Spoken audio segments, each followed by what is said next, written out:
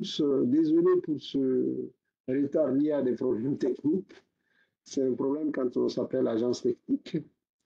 Nous vous remercions d'être présents pour cette réunion générale, pour cette réunion de présentation générale des missions de la TIH. Elle a été organisée suite au constat que bien que les ARS et la TIH aient des multiples occasions de rencontres sur des sujets particuliers, notamment via des groupes de travail et thématiques diverses, peu d'acteurs au sein des ARS disposent d'une information globale des missions de l'agence. En dehors, bien entendu, des thématiques sur lesquelles ils travaillent plus spécifiquement. Donc, une demande d'information plus générale a émergé de la part de certains d'entre vous et nous avons souhaité y répondre en mobilisant l'ensemble des services de la TIH.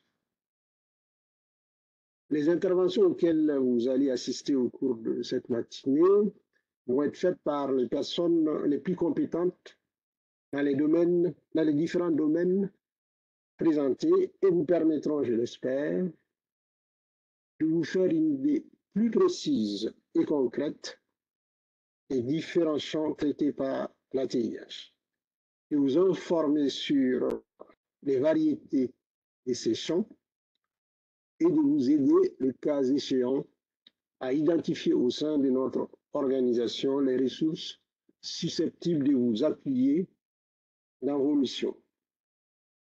Ces présentations pourront en outre sans doute faciliter les dialogues que vous avez avec les structures sanitaires et médico-sociales, qui ont également de nombreuses interactions entre nous dans le cadre de nos missions respectives. Je vous souhaite donc une très bonne réunion studieuse et instructive. Donc, je vais rester avec vous pour présenter rapidement les missions de la TIH. Donc, comme vous le savez, les missions de la TIH ont beaucoup évolué avec le temps.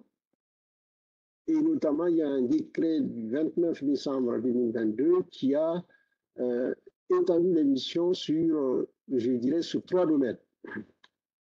Le premier domaine, c'est la qualité. Bien que nous travaillions sur la qualité, dans le décret de la TIH, il n'était pas fait mention. Donc là, le décret dit que la TIH est chargée du recueil, de l'analyse des données dans le cadre du dispositif d'évaluation de la qualité. Donc, ça conforte la participation de la TIH dans le domaine de la qualité et ça élargit aussi son intervention.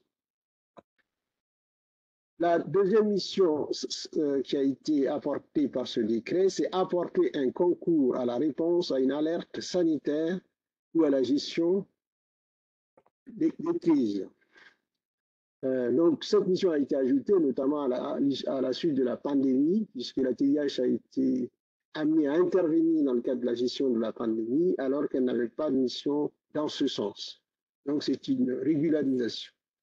Et enfin, l'extension des missions vers le médico-social, notamment dans le cadre du tableau de bord, mais aussi dans le cadre de la participation au dispositif de financement du secteur médico-social. Les autres missions sont beaucoup plus anciennes, c'est notamment le recueil des données médico-économiques et de santé des établissements et le traitement de ces informations. Participer également à la gestion technique du dispositif de financement des établissements sanitaires et médico-sociaux, concevoir et réaliser des études de coûts sanitaires et des études de coûts dans le secteur médico-social, donc ça c'est effectivement dans les deux secteurs, et enfin participer aux travaux sur les nomenclatures de santé. Donc, de manière générale, on peut résumer en disant que la TIH travaille à la fois sur le secteur sanitaire et médico-social, bien que son intervention sur le secteur médico-social est un peu plus limitée que sur le secteur sanitaire. Donc, je ne sais plus, je continue, Thierry.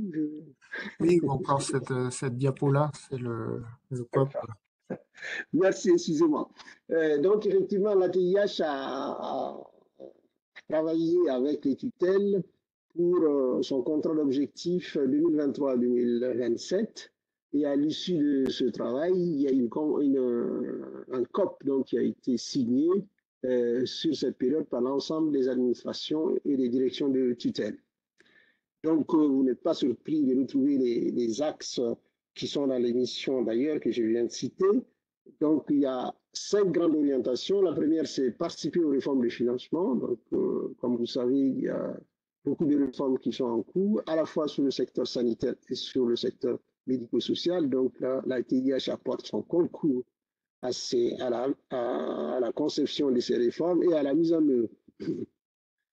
Il y a aussi la deuxième orientation, c'est participer à l'amélioration de la qualité et la pertinence de la prise en charge. Donc, comme je l'ai indiqué tout à l'heure, l'élargissement des missions de la TIH à la qualité justifie parfaitement cette deuxième orientation. La troisième grande orientation, c'est connaître, suivre et participer au pilotage du système de soins par le développement d'analyses prospectives. Donc, ça rejoint une des missions de la TIH qui est effectivement faire des analyses, des études et des recherches sur les données des établissements. Donc là, effectivement, on est incité à approfondir ce champ. La quatrième orientation, c'est développer une démarche de prospective technologique et mobiliser l'innovation au service des publics de l'agence. Là, effectivement, c'est tout le domaine du recueil. Il s'agit non seulement, comment dirais-je, d'améliorer les dispositifs existants en réglant notamment la dette technique, mais aussi d'intégrer les nouvelles technologies dans notre dispositif de recueil, mais également dans notre dispositif de restitution. Et enfin, la cinquième orientation, c'est assurer la performance de l'agence. Donc, évidemment, toutes ces orientations s'inscrivent dans les politiques nationales, notamment la réforme du financement dont j'ai parlé tout à l'heure, mais aussi la feuille de route du numérique et enfin la feuille de route de l'AMDAC. Voilà, je vous remercie et donc, comme je disais tout à l'heure, je vous souhaite une très bonne réunion studieuse et instructive. Merci. Juste avant de passer la parole à mes collègues, donc une petite information. Donc le webinaire est enregistré pour que les personnes qui ne peuvent pas y assister puissent le visionner ultérieurement. D'autre part, un autre élément pratique, donc on a coupé les micros de tous les participants compte tenu du nombre, pour ne pas qu'il y ait trop d'interférences.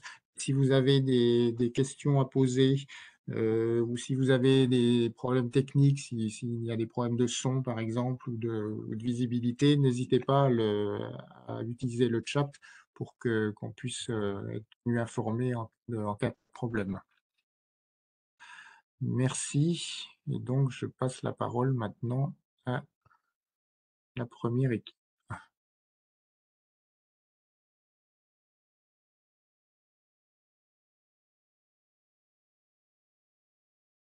Donc, Sophie, est-ce que tu as le son maintenant?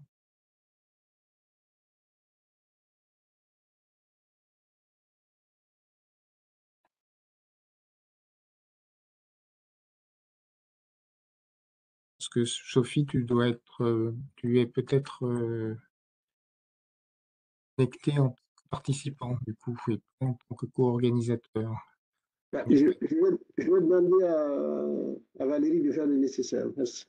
Bonjour à Merci. tous. Donc, je vais vous présenter les informations contenues dans le recueil PMSI. Donc, au niveau des informations médicales, est-ce que c'est bon, ça s'affiche? Oui.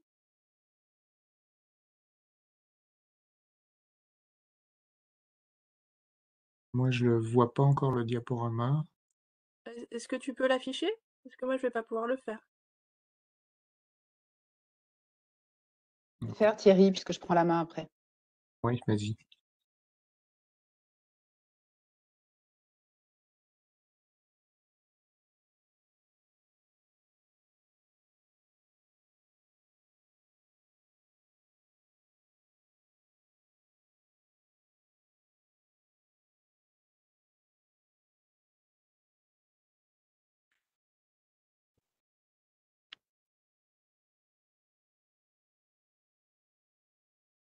Donc on peut passer la diapositive suivante.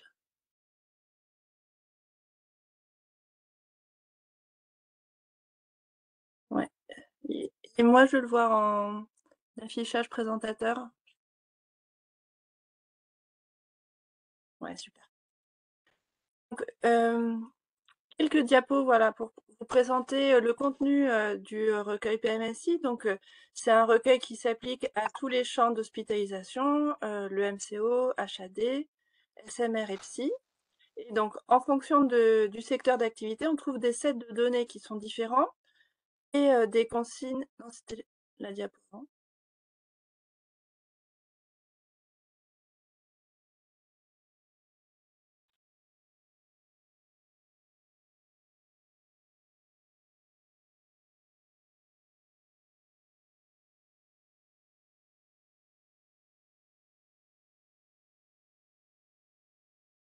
Tu peux me donner le numéro de la diapo, Sophie, s'il te Ouais, plaît? c'est bon, c'est ça. C'est bon? Ok. Ouais. Il y a des fenêtres grises qui se... Ouais, super, merci beaucoup. Donc, les sets de données diffèrent d'un champ à l'autre avec des consignes de codage spécifiques. Les sets diffèrent aussi s'il y a une finalité ou non de classification des séjours et un financement qui est conditionné ou pas par le recueil. Donc, on trouve à la fois des informations administratives, des informations médicales.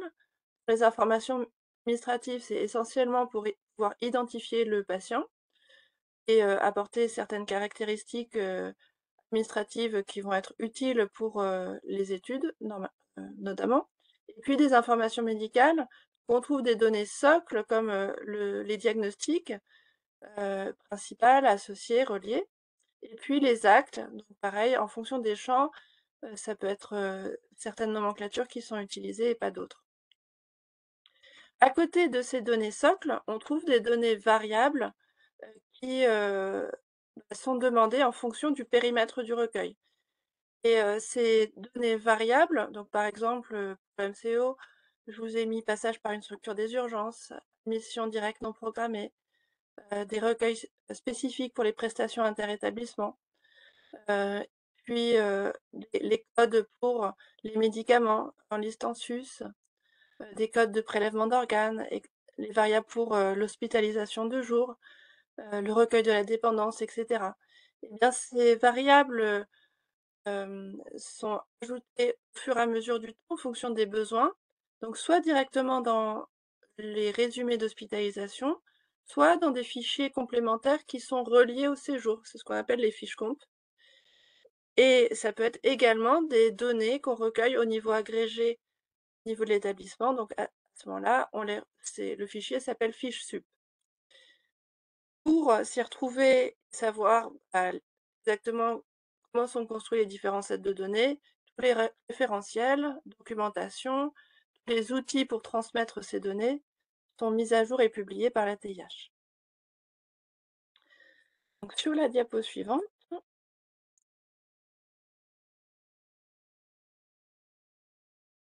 donc, ici on voit le circuit des données PMSI depuis la saisie donc, au niveau de l'établissement des actes, des diagnostics et de toutes les informations qui sont issues du dossier patient. Et ces informations, on les trouve dans le système d'information hospitalier, essentiellement dans les dossiers patients, dans les logiciels de gestion administrative des malades.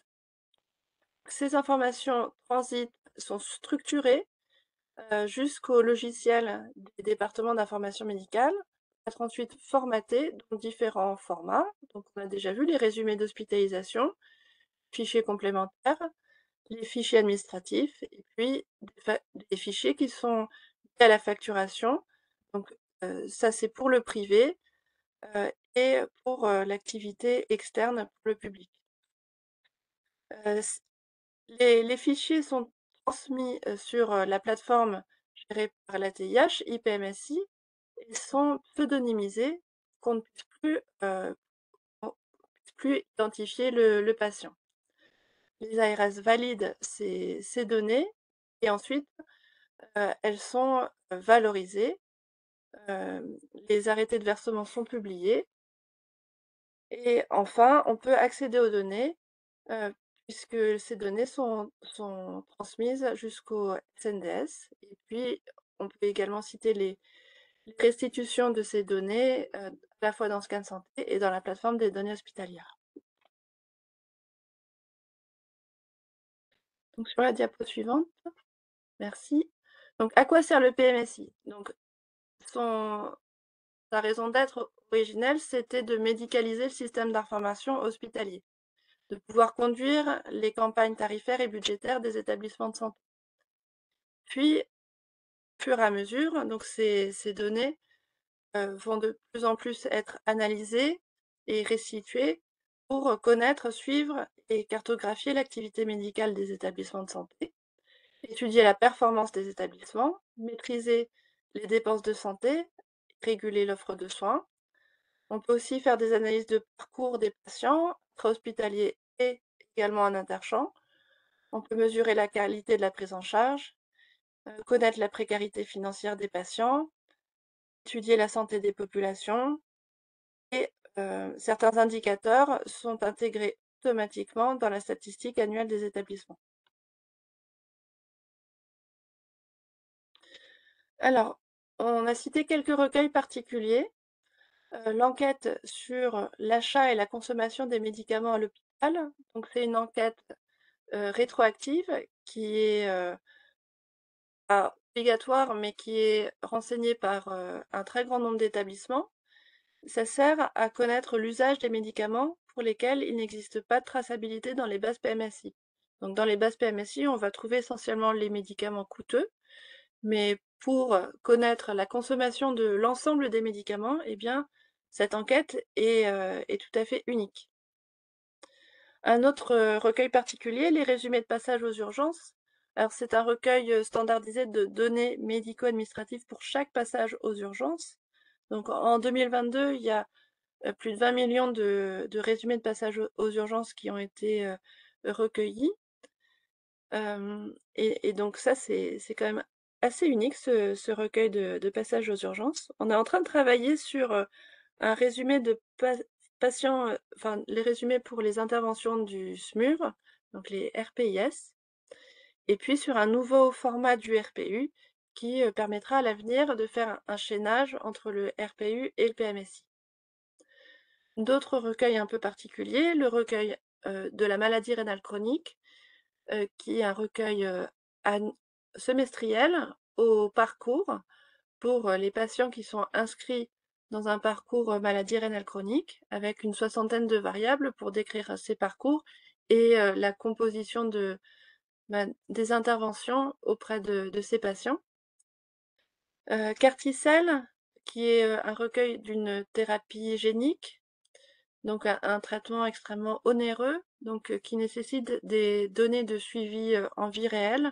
Donc à côté du recueil de ce traitement, eh bien, il y a tout un tas de renseignements cliniques à collecter, voilà, pour voir comment s'est passé ce traitement et surtout quels ont été les résultats.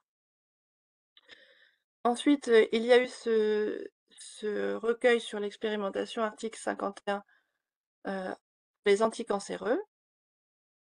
Les dispositifs médicaux intra-GHS, donc ce sont des dispositifs médicaux essentiellement cardiaques implantables qu'on suit directement au séjour, donc avec une liste déterminée. On a également les hôtels hospitaliers.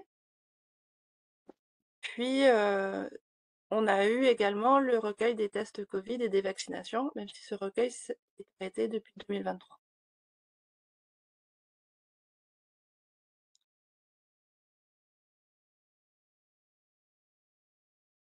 Une dernière diapo pour vous présenter ce que le PMSI ne permet pas encore. Donc, on ne peut pas encore, avec seulement le PMSI, analyser les parcours patients ville-hôpital. On a besoin de chaîner avec le SNDS, mais on ne peut pas encore avoir toutes les données qui soient chaînables. On ne peut pas encore directement enchaîner les résumés de passage aux urgences avec l'ensemble du PMSI. On peut le faire avec un chaînage probabiliste, mais on ne peut pas encore le faire sur tous les séjours. Il est difficile de repérer avec certitude toutes les hospitalisations programmées. On ne peut pas non plus avoir l'exhaustivité des consultations externes pour les établissements de santé du secteur privé. On ne peut pas encore étudier l'activité d'un établissement par service, par praticien, par salle d'intervention, évidemment pas au niveau PMSI, mais au niveau local, évidemment, on peut le faire. Et puis, on ne peut pas encore avoir toutes les caractéristiques des patients, notamment d'un point de vue socio-économique. Mais ce qu'il faut savoir, c'est que le PMSI est en constante évolution. Il s'enrichit d'année en année. Et puis, on recherche activement à la TIH aussi à en simplifier les procédures, le recueil. Et donc, voilà, toutes ces évolutions vont arriver dans les années à venir.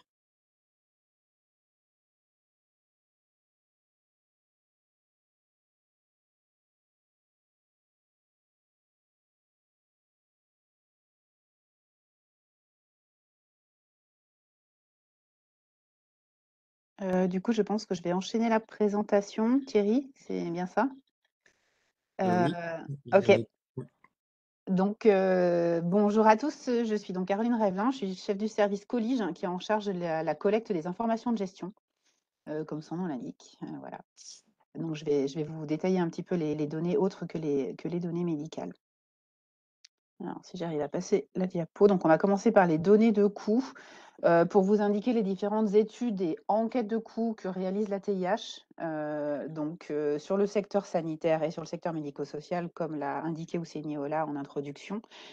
Donc, sur le secteur sanitaire, nous avons 3 études nationales de coûts. Donc, ces ENC ont pour but de recueillir des coûts au séjour. Voilà, donc de façon très détaillée sur les secteurs MCO, HAD et SSR, SMR demain. Nous avons également en charge la conduite du retraitement comptable, donc on y reviendra. Et puis, on réalise également une enquête de coûts sur la base de l'outil RTC sur le champ de la psychiatrie. En ce qui concerne le secteur médico-social, donc on a réalisé des enquêtes de coûts sur plusieurs années qui se sont enchaînées avec des ENC sur le secteur des EHPAD et de même sur le secteur du handicap dans le cadre du projet de réforme du financement Séraphin-PH. Et enfin, sur le secteur des SIAD et des SPASAD, on a réalisé ce qu'on a appelé des mesures de coûts, donc qui n'étaient pas exactement des ENC, mais voilà, qui s'en rapprochaient. On va y revenir également. Donc, les ENC sur le secteur sanitaire, qu'est-ce que c'est que l'ENC? Voilà, c'est une étude donc à méthodologie commune entre les deux secteurs publics et privés. C'est très important d'avoir cette idée en tête. Ce sont des enquêtes annuelles qui sont menées, donc je vous l'ai dit, sur les champs MCO, SSR et HAD. Et voilà, MCO depuis 2006, SSR et HAD depuis 2009. Donc, on commence à avoir un recul très important sur ces ENC. Donc, l'objectif, c'est de calculer des coûts de prise en charge de l'hospitalisation, donc par GHM, par typologie de séjour, en fait, différenciant en fonction des secteurs, et de produire un référentiel de coûts pour chacun des champs, référentiel de coûts qui est public, publié sur Scan Santé, donc le site de restitution de la TIH. Ça nous permet également, au sein de l'agence, de conduire des travaux de classification médico-économique et puis, du coup, d'orienter les réflexions des acteurs nationaux sur les modèles de financement, leurs réformes, etc. Voilà, comme outil donc, c'est une des briques, un des outils de la construction tarifaire. Le dispositif donc de recueil, il est régi par un décret depuis 2016, un décret en Conseil d'État. Et donc on est dans une réalisation qui est toujours par principe auprès d'établissements volontaires, voilà, qui choisissent effectivement de s'engager dans ces études, même si au niveau de l'agence, on cherche toujours à compléter les échantillons pour les rendre le plus représentatifs possible et donc à aller chercher entre guillemets les établissements qui pourraient utilement compléter les échantillons. Donc la participation, elle est régie par une convention, par une charte qualité également dans laquelle les établissements s'engagent à respecter des critères qualité et puis bien sûr à appliquer la méthodologie commune. L'ATIH met à disposition de chaque établissement participant un superviseur pour suivre la réalisation de l'étude, aider, conseiller, etc. et puis contrôler la qualité des données. Et en contrepartie, donc des moyens financiers sont alloués, voilà, que je ne détaillerai pas ici, mais en tout cas la participation des établissements est rémunérée. Donc voilà pour les ENC. En ce qui concerne le retraitement comptable, donc là, je pense que je vais pas vous apprendre grand-chose, hein. Le retraitement comptable, donc autrement appelé RTC, est une enquête obligatoire sur les établissements DAF et XDG publics et établissements privés à but non lucratif. Donc ça fait à peu près 1350 établissements chaque année. Tous les champs du sanitaire sont inclus, donc MCO, HAD, SSR et PSI. L'objectif, c'est d'avoir un recueil unique en termes de comptabilité analytique, c'est-à-dire que tous les établissements appliquent là aussi la même méthodologie qui est publiée chaque année par la TIH. On peut donc en déduire des calculs de coûts par activité, donc clinique, médico-technique, logistique, des coûts également par unité d'œuvre. Et donc là aussi, on a une restitution sur Scan Santé qui permet aux établissements de se comparer, de faire du benchmarking et évidemment aux ARS ou au niveau national de faire des analyses. Le dispositif de recueil, donc il est basé sur des normes en fait qui sont l'arbre analytique, les règles d'affectation, donc une méthodologie qui est publiée, je vous le disais, chaque année, et puis la définition également des natures de clés de ventilation et d'unités d'œuvre pour que voilà, les établissements s'y retrouvent et puissent comprendre à la fois ce qui est attendu d'eux en termes de recueil et puis puissent lire les analyses qui sont restituées. Évidemment, la validation des ARS est requise dans le cadre de ce recueil. Alors ensuite, l'enquête de coûts en psychiatrie. Donc cette enquête, elle est basée, je vous le disais, sur l'outil de comptabilité analytique du RTC, donc depuis 2014. Donc là aussi, on commence à avoir une ancienneté intéressante. Donc ce sont des recueils de coûts par section d'hospitalisation et section ambulatoire, pour les activités également spécifiques en psychiatrie, et donc pour les données d'activité et d'effectifs afférentes à chaque section. Le dispositif, donc, il concerne des établissements donc volontaires, participants, à la fois DAF et OQN, établissements qui sont supervisés pour les accompagner dans la réalisation de cette enquête. On leur met à disposition, évidemment, comme pour l'ENC, des tableaux de contrôle spécifiques pour qu'en cours de recueil, ils puissent s'auto-contrôler et vérifier la qualité de leurs données avant de nous les transmettre. Donc voilà pour le sanitaire. Je suis passée un peu vite, mais on pourra éventuellement prendre des questions à la fin. En ce qui concerne le secteur médico-social, donc les travaux qui ont été réalisés par la TIH, je vous le disais, sont des enquêtes de coûts et des ENC sur les différents secteurs, sur les différents champs. Donc en ce qui concerne le champ des EHPAD, on a réalisé donc des enquêtes de coûts en 2012 et 2013, suivies par 5 années d'ENC entre 2015 et 2019. Donc enquête de coûts plutôt sur le modèle RTC pour simplifier, hein, de la comptabilité analytique, et ENC, vraiment un coût par séjour, donc par séjour de résidents au sein des EHPAD, résidents qui ont été classifiés en termes de lourdeur. Voilà, donc là, on était sur un échantillon d'entre 80 et 100 établissements pour ces campagnes. Donc là, évidemment, on a un copilotage de la DGCS et de la CNSA. Et la méthodologie avait été décidée et arrêtée, discutée avec les fédérations et les associations du secteur. En ce qui concerne Séraphin PH, donc le champ des personnes handicapées, c'est un petit peu le même principe, c'est-à-dire qu'on a réalisé d'abord 2 enquêtes de coûts pour acculturer aussi le secteur, hein. Les enquêtes de coûts sont un peu plus faciles à réaliser que les ENC, donc ça a servi d'acculturation et de définition de la méthodologie. Et puis ensuite, on a enchaîné avec 2 années d'ENC en 2018 et en 2019. Donc là aussi, pour aller jusqu'à croiser les données comptables avec des recueils d'activités et des profils de personnes accompagnées. Voilà, donc là, le pilotage est le même que pour les EHPAD, et on avait à peu près 300 participants par campagne. Là, évidemment, on est sur un secteur qui est beaucoup plus important en taille. Donc voilà, avec un nombre de SMS, donc d'établissements et de structures médico-sociales extrêmement important. Donc, ce recueil se basait sur la nomenclature des besoins et des prestations qui ont été publiés par l'équipe Séraphin dans le cadre de ce projet Séraphin PH. En ce qui concerne les SIAD et les SPASAD, donc là aussi pour accompagner la réforme du financement en cours dans ce secteur, donc on a réalisé une étude de mesure de coût en 2016, sur 216 SIAD et SPASAD, donc en 2018. C'était la reprise d'une étude anciennement réalisée par Urqueco, donc qu'on a retravaillé avec le secteur et qu'on a affiné. Voilà, donc là aussi à la demande de la DGCS et de la CNSA. Voilà. Donc voilà pour les données de coûts. En ce qui concerne maintenant les données comptables et financières, donc on mène chaque année donc des campagnes financières que là aussi vous connaissez bien, hein. Donc les campagnes EPRD, ensuite voilà DM et puis PGFP, donc ça avant le début de l'année évidemment, et puis ensuite les campagnes ERIA 1 et 2. La campagne des comptes financiers et puis donc accompagné de l'ODT et le plan prévisionnel de trésorerie. Donc le périmètre de collecte, c'est les établissements publics et privés à but non lucratif, financés à l'activité ou par dotation, donc approximativement le même périmètre que pour le RTC. Donc voilà le petit rappel du calendrier, hein, pour vous replacer les choses et puis pour placer également sur ce calendrier quelque chose qui est très important pour nous et qui vous demande également beaucoup de travail, c'est le recueil finesse, l'enquête finesse en fait que l'on fait avant chaque campagne EPRD pour s'assurer avec vous qu'on dispose bien en fait de la liste des établissements tout à fait à jour.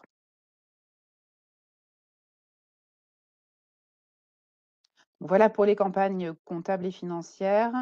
En ce qui concerne les données RH, donc là une évolution cette année. Jusqu'à 2023, on était sur une campagne donc bilan social, qui était une enquête annuelle qui concernait les établissements publics de santé de plus de 300 agents. Voilà, donc des données, des remontées de données concernant le personnel médical et non médical, donc effectif, masse salariale, etc. Cette étude existait depuis l'année 2012. Donc voilà, on va avoir un recul d'une dizaine d'années. Et donc à la suite de ce bilan social, se met en place, donc à partir de 2024, sur les données 2023, puisque c'est année échue, le RSU, donc le rapport social unique, qui est une collecte d'une autre ampleur, hein, une collecte nationale de données, donc issue de la base de données sociales mise en place dans les établissements, de tous les établissements de la fonction publique hospitalière. Donc là, on parle de tous les établissements et services de la FPH, sanitaires et médico-sociaux, quelle que soit leur taille. C'est-à-dire qu'à la différence du bilan social, on n'a plus cette limite de taille à 300 ETP. Ça concerne vraiment l'ensemble des établissements. Donc on est sur un public d'environ 2000 établissements et services, donc qui est à peu près 5 fois plus étendu que le bilan social précédent. En termes de recueil de données, là aussi, on vous a listé les grands items. On voit bien que voilà, c'est quelque chose de beaucoup plus complet voilà, qui va permettre des analyses beaucoup plus fines et beaucoup plus larges sur ce champ des RH. Enfin, donc, petit rappel des recueils sur les données médico-sociales. Donc, en plus, évidemment, des enquêtes et études nationales de coûts dont on a parlé tout à l'heure. Donc, l'ATIH a en charge le recueil des données sur le tableau de bord de la performance des ESMS. Donc là aussi, recueil à la demande de la DGCS et la CNSA qui sont co-responsables de traitement, avec un pilotage et un contrôle des données donc, qui est réalisé en région par les ARS. Donc voilà, c'est un outil, vous le savez, de dialogue de gestion entre les ESMS, entre les ARS et les conseils départementaux. Voilà, et puis c'est également un outil de pilotage interne et de benchmark pour les ESMS. Donc les informations, elles sont réparties en 5 items, donc organisationnels, fonctionnels, les prestations de soins et d'accompagnement, les ressources humaines et matérielles, l'équilibre financier et budgétaire, et puis les objectifs de la structure. On note la nouveauté en 2024, c'est que ce tableau de bord de la performance va s'étendre au domaine des SAD. Donc voilà, avec une campagne en 2024 qui leur est dédiée, mais qui sera remise en commun avec la campagne générale à partir de 2025. Donc évidemment, là, on sera sur un pilotage par les conseils départementaux dont dépendent les SAD. Également, en 2022, on a été amené à effectuer un recueil qu'on a appelé expérimentation PH, donc sur le secteur toujours des ESMS PH, donc dans le cadre de la réforme SERAFIN, pour ajuster en fait les pré-modèles qui ont été discutés avec le secteur. Donc là, on était sur 3 échantillons. Un recueil de base qu'on a appelé tronc commun sur un échantillon de 810 ESMS, et puis un sous-échantillon temps composé de 280 ESMS, et puis un échantillon parcours, un sous-échantillon supplémentaire parcours composé de 142 ESMS. Voilà, donc là, on était sur une enquête ad hoc qui ne s'est déroulée qu'une seule année. Et puis, on a également réalisé des recueils qu'on a appelés SI2SID, donc pour système d'info, service de soins infirmiers à domicile, donc en SIAD, en 2022 et 2023. Donc là, on était sur des recueils à caractère obligatoire, dont l'objectif était de calculer les forfaits globaux de soins pour les allocations budgétaires de 2023 et de 2024. Voilà, donc là, un recueil obligatoire et sur l'ensemble des SIAD pour ces 2 années.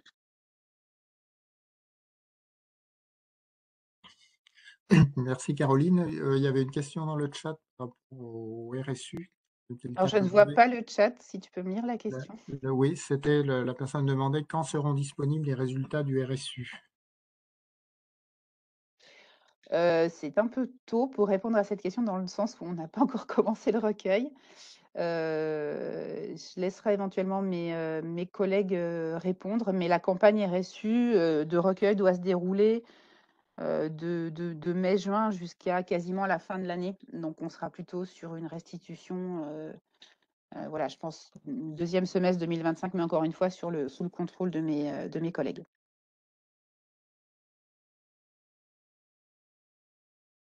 Merci. Donc, je crois maintenant c'est le service data, Pauline, qui doit intervenir.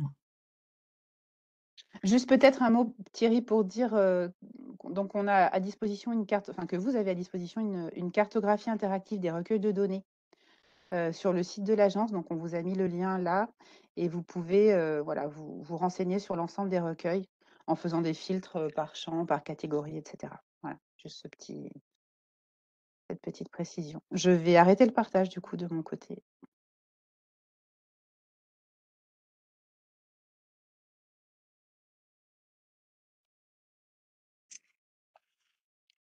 Alors, bonjour à tous. Je vais donc vous partager la suite de la présentation.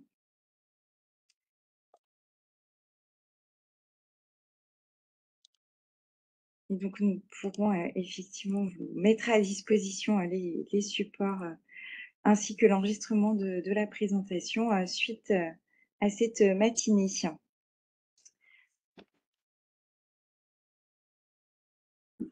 Alors, normalement, le support a dû s'afficher à l'écran. Je poursuis en ce qui concerne donc la mise à disposition des données et les différentes modalités pour accéder aux données qui sont collectées par la TIH. Une grande partie de ces données sont mises à disposition pour pouvoir les exploiter et conduire un certain nombre d'études et de travaux. Donc, au niveau de la TIH, on est en charge de gérer plusieurs dispositifs d'accès aux données. On a plus particulièrement donc 3 solutions pour mettre à disposition les données brutes qui sont collectées par la TIH. Donc, à la fois une plateforme qu'on gère en interne, qu'on appelle la plateforme des données hospitalières. Donc ça, c'est un serveur ATIH et je vous détaillerai par la suite les modalités d'accès et l'ensemble des données qui vous sont mises à disposition via cette plateforme. On a également d'autres publics qui accèdent à nos données, Donc, en dehors de la PDH, donc sur la plateforme des données hospitalières, ce sont principalement donc vous, ARS, mais également les établissements et les fédérations hospitalières qui accèdent aux données, ainsi que les agences nationales et les institutionnelles. Pour les bureaux d'études qui travaillent pour le compte notamment de laboratoires privés, ils ont accès à ces données après autorisation de la CNIL sur le serveur d'un prestataire.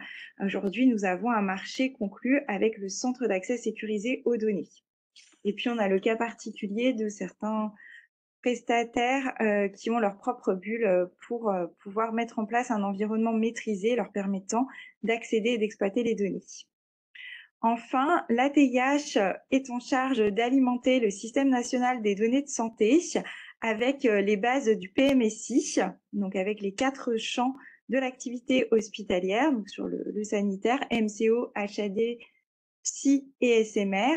Et donc, on adresse à la Caisse nationale d'assurance maladie tous les mois des extractions des données PMSI de façon à ce qu'il y ait une alimentation continue, étant donné que le PMSI fait partie des composantes du SNDS.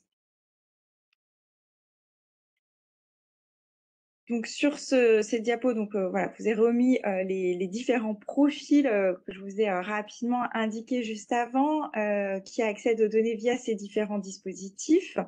Et donc concernant votre accès ARS, donc ça se passe au niveau de la plateforme des données hospitalières.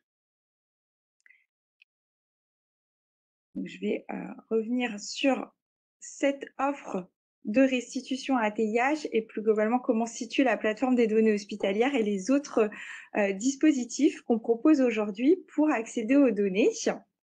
Donc, pour retrouver toute l'offre de restitution et de mise à disposition de données de l'ATIH, vous pouvez accéder donc soit directement depuis le site de l'ATIH. Vous avez un onglet, comme vous voyez indiqué sur ces diapos, qui s'appelle « Accéder aux données restituées ». Ou alors vous connectez directement à la page dédiée avec l'adresse mail restitution.atih.santé.fr, restitution au pluriel. Donc, sur ce site dédié, vous retrouvez l'ensemble de l'offre de restitution de données de l'ATIH que je vais vous présenter rapidement, à commencer donc par la plateforme des données hospitalières. Donc, sur cette plateforme des données hospitalières, vous retrouvez uniquement des bases de données brutes.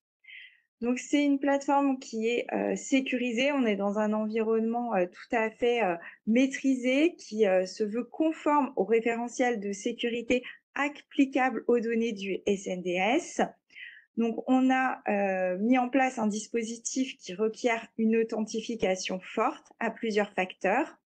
Donc, pour y accéder, vous vous connectez avec un token. Donc, c'est un dispositif spécifique qui aujourd'hui est matériel, mais qu'on est en train de dématérialiser. L'ensemble des traitements statistiques qui sont réalisés sur cette plateforme sont enregistrés, donc ils sont filmés. Il y a une traçabilité des traitements qui est analysée. Donc, ce sont les institutionnels qui se connectent, les agences nationales, les établissements de santé, les fédérations hospitalières et les chercheurs.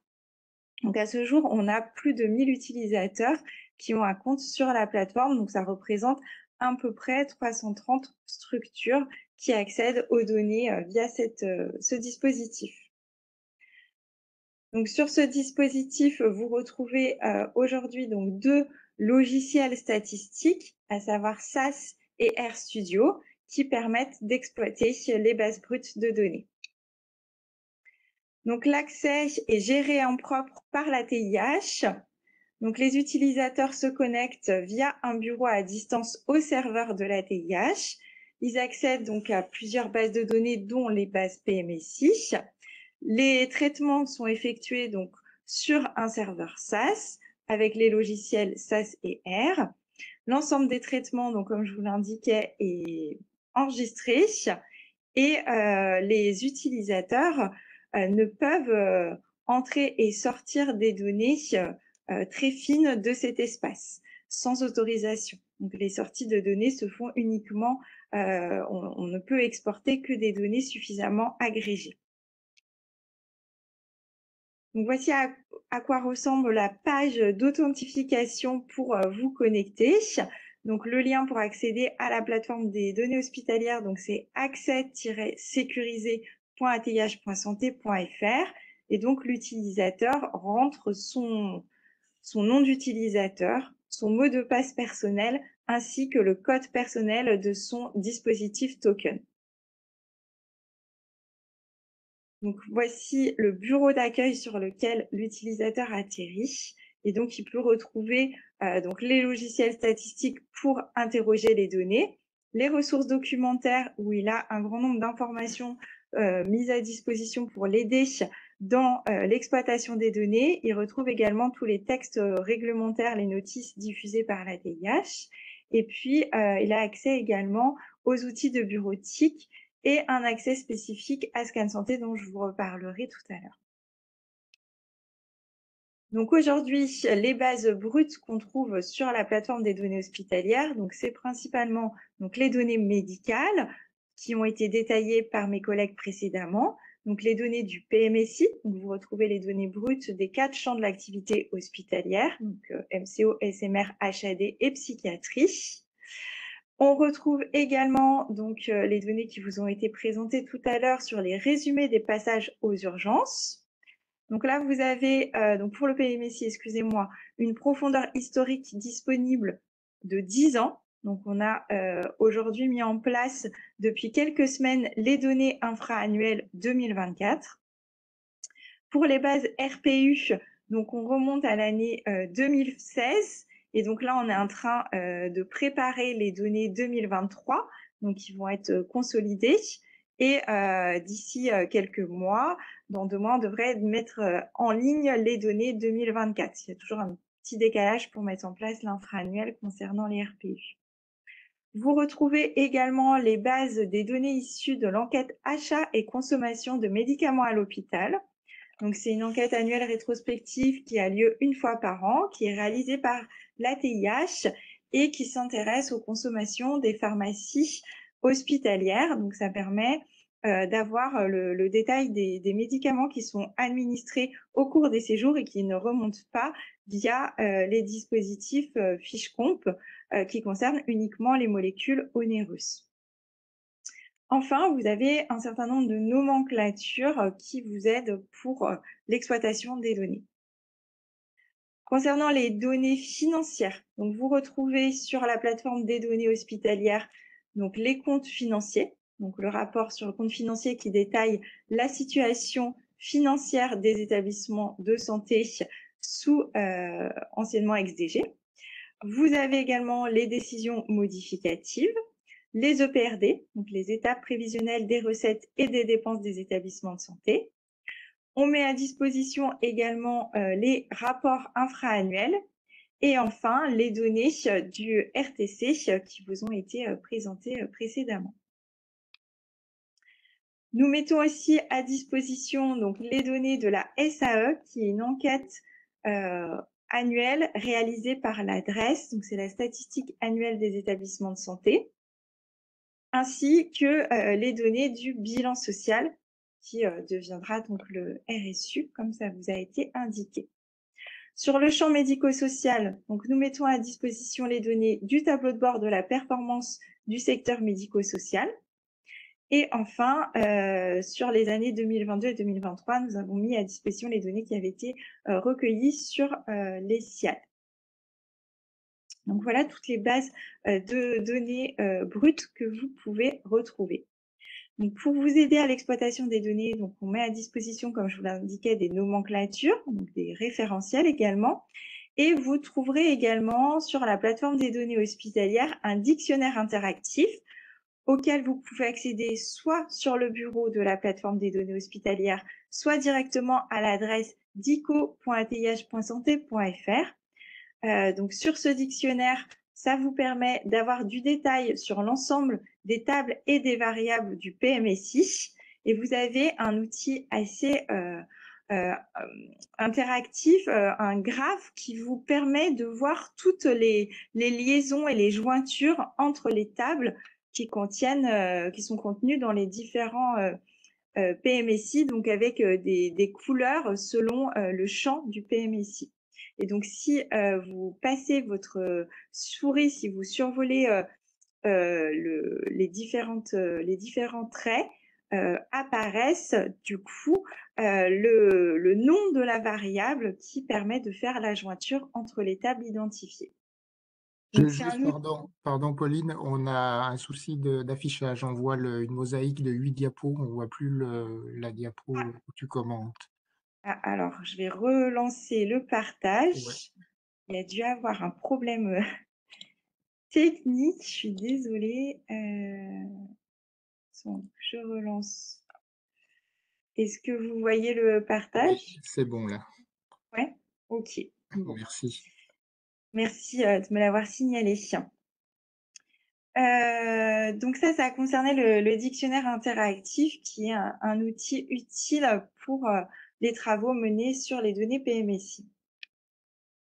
Donc, si vous n'avez pas encore accès aux données à la plateforme des données hospitalières, donc toutes les ARS aujourd'hui ont un accès. Donc, il faut solliciter le référent de votre organisme pour qu'il puisse vous ajouter. Donc, c'est une procédure qui est entièrement dématérialisée. Aujourd'hui, pour gérer la plateforme des données hospitalières, chaque organisme a un référent et un suppléant qui a été désigné, qui est chargé de gérer les accès de sa structure. Donc, des conventions ont été signées avec l'ATIH. Et donc, votre référent ARS pour la plateforme des données hospitalières ira se connecter en ligne sur le site restitution.ath.santé.fr et pourra déclarer de nouveaux utilisateurs. Vous recevrez alors un token individuel et nominatif qui vous permettra d'accéder aux données. Donc, concernant les ARS, il n'y a pas d'autres formulaires à remplir ou à nous retourner, étant donné que vous n'avez pas d'autorisation CNIL spécifique à nous adresser. Toutes les ARS sont inscrites sur le décret qui encadre les accès permanents au SNDS. Si vous avez des questions, donc soit sur les données qui sont mises à disposition ou les procédures pour accéder à la plateforme des données hospitalières, donc il y a une adresse générique à votre disposition qui est demande_base@ath.santé.fr. Et s'il y a des questions plus d'ordre administratif sur la réception des tokens, par exemple, là, vous avez une adresse accès-sécurisé@ath.santé.fr. Donc, quand vous allez sur le site restitution.ath.santé.fr, vous avez une page dédiée pour les accès aux données, donc des établissements de santé, des fédérations hospitalières, des chercheurs et des institutionnels, où vous retrouverez dans l'onglet procédures, donc comment ajouter un utilisateur. Et ce que je vous invite à faire sur cette page surtout, c'est d'aller regarder notre tutoriel vidéo qui vous donnera toutes les informations sur la plateforme des données hospitalières, ce qu'on peut y trouver, ce qu'on peut faire sur la plateforme des données hospitalières, les données disponibles, et vous avez également des démonstrations de l'utilisation des outils SAS et RStudio pour interroger et manipuler les données brutes. Donc, à côté de cet environnement de la plateforme des données hospitalières, donc si je poursuis avec la présentation un petit peu du panorama des données qu'on met à disposition à l'ATIH, vous avez donc deux autres possibilités d'accéder aux données. Vous avez notamment ce qu'on appelle les chiffres clés de l'hôpital. Donc, les chiffres clés, ce sont des grands agrégats qui sont accessibles en accès libre sur le site. Donc, soit vous y accédez directement sur le site de l'ATIH, soit sur le site donc Restitution. Sur ces chiffres clés, donc vous retrouvez les données phares, les indicateurs qui concernent le nombre de patients, le nombre de séjours, le nombre de journées. Donc, on est sur des indicateurs annuels, donc vraiment des grands agrégats qui sont présentés soit par champ d'activité, soit vous avez également des thématiques interchamps, donc avec des activités spécifiques qui sont transverses. Donc, ça peut être le cas, par exemple, du cancer, où on a à la fois des séjours et des prises en charge qui se font sur les champs MCO, HAD et SMR. Donc, ces chiffres clés sont disponibles donc pour l'année 2022. Ils sont en cours de mise à jour avec les données 2023, donc ils seront diffusés prochainement. Donc, vous pouvez sélectionner sur la page d'accueil le champ qui vous intéresse et là, vous verrez apparaître une infographie dynamique. Donc, vous allez défiler l'écran, scroller l'écran et voir à la fois donc des grands agrégats qui s'affichent ainsi que des graphiques. Donc, beaucoup de data visualisation simple qui vous donne toutes les grandes données sur l'activité hospitalière. Vous avez également possibilité de télécharger donc les fichiers de données, donc qui sont au format PDF, donc avec les 3 dernières années disponibles. Et vous avez également des fichiers qui vous donnent toutes les méthodes de comment ont été calculées les données, quels ont été les filtres qui ont été appliqués, par exemple, si vous souhaitez éventuellement voir quel est le périmètre précis de calcul de ces agrégats. Donc, c'était donc la deuxième proposition. Donc, vraiment, on va dire, au niveau très macro, les chiffres clés. Au niveau très détaillé, les données brutes sur la plateforme des données hospitalières. Et on a un niveau de restitution intermédiaire qui est notre portail Scan Santé. Donc, sur Scan Santé, vous avez à partir de données qui ont été recueillies par l'ATIH et retraitées par l'ATIH, des indicateurs qui sont déjà prêts à l'emploi et que vous pouvez interroger à l'aide de formulaires d'interrogation. Donc, ça ne nécessite pas de compétences de traitement statistique, contrairement à la plateforme des données hospitalières. Donc, sur Scan Santé, donc à partir des données qui concernent l'activité, les données financières, les données de coûts, les données sur les RH, la qualité et le champ médico-social, nous avons retraité ces données en ajoutant d'autres données, donc par exemple les données population INSEE ou les données de la SAE, pour créer des indicateurs que vous pouvez interroger. Donc, ces restitutions sur Scan Santé ont été construites et donc on les met régulièrement à jour et on propose de nouvelles restitutions que je vais vous montrer juste après. Souvent, on s'appuie donc sur des groupes utilisateurs pour construire ensemble les indicateurs qui sont pertinents et qui sont restitués à travers Scan Santé, soit sous forme de tableau, soit sous forme de data visualisation. Donc, vous pouvez accéder à Scan Santé directement à partir du site de l'ATIH ou en vous connectant directement sur l'URL scansanté.atih.fr. Donc, aujourd'hui, nous avons depuis quelques temps engagé un travail de modernisation des restitutions Scan Santé. Donc, nous avons ajouté de nouvelles restitutions qui permettent d'avoir un requêtage qui est plus souple, plus intuitif, qui permet des croisements supplémentaires entre les données proposées et qui met à disposition davantage de data visualisation. Donc, dans les dernières restitutions qui ont été ajoutées, vous retrouvez notamment donc une restitution qui s'intitule Soins et territoires, qui va être vraiment une restitution avec une approche sur du zonage, des flux de patients au niveau de territoires bien déterminés.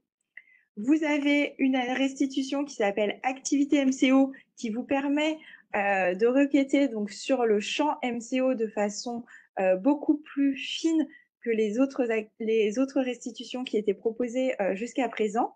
Et surtout, jusqu'à présent, les restitutions sur le champ MCO ne permettaient pas d'opérer autant de croisements que celle-ci. On va pouvoir croiser à la fois une identification de séjour via des racines de GHM, puis pouvoir indiquer qu'on souhaite retenir uniquement les séjours de ces GHM pour lesquels ont été présents tel diagnostic ou tel acte. Pour les diagnostics, on peut spécifier si on souhaite uniquement s'intéresser aux diagnostics principaux, si on va ajouter les diagnostics associés, etc.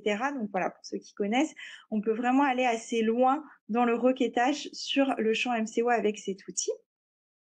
Vous avez également l'outil repère établissement qui vous permet en fait de créer des panels d'établissements.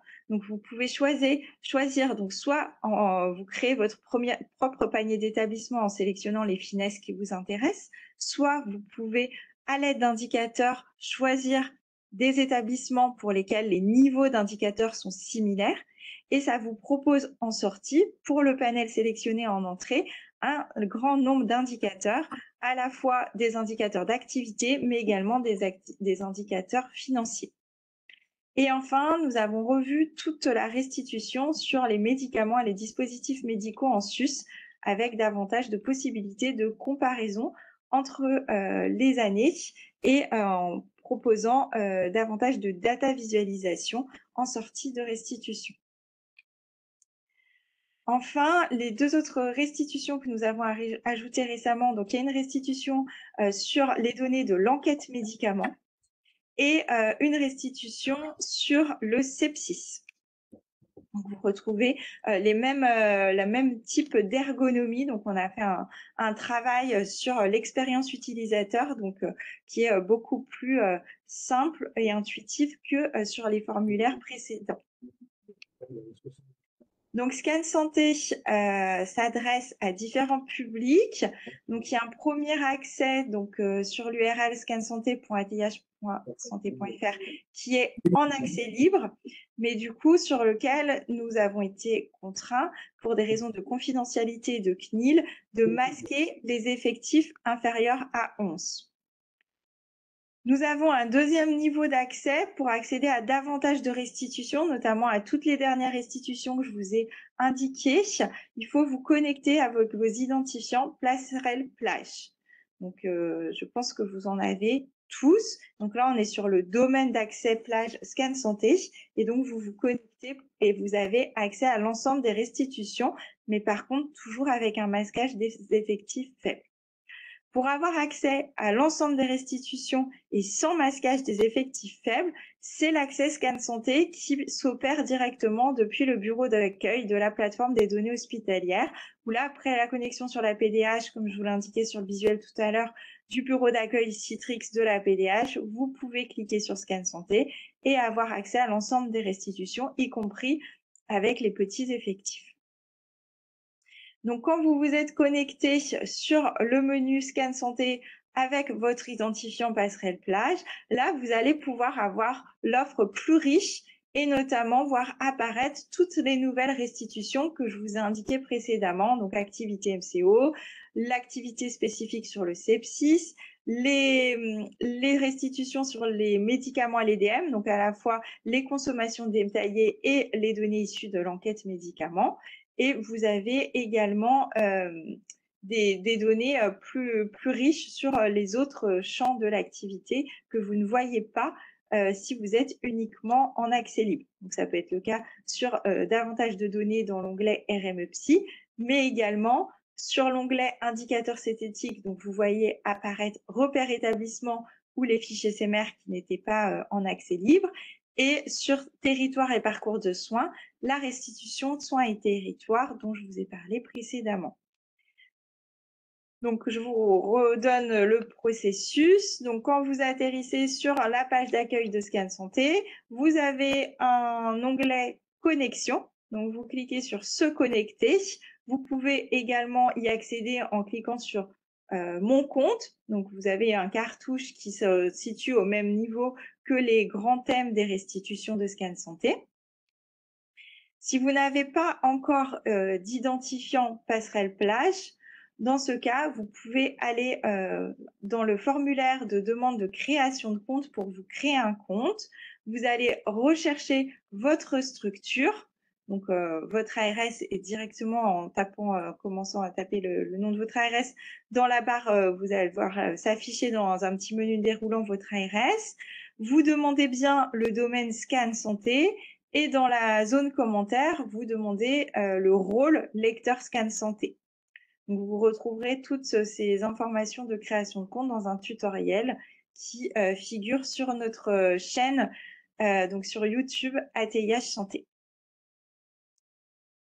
J'ai terminé pour la partie donc, qui concernait l'offre de restitution de l'ATIH et les accès. Donc, je suis prête à répondre aux questions s'il y a des questions. Il y avait une question dans le chat, Pauline, qui demandait quel délai de mise à disposition dans le SNDS par rapport au serveur ATIH.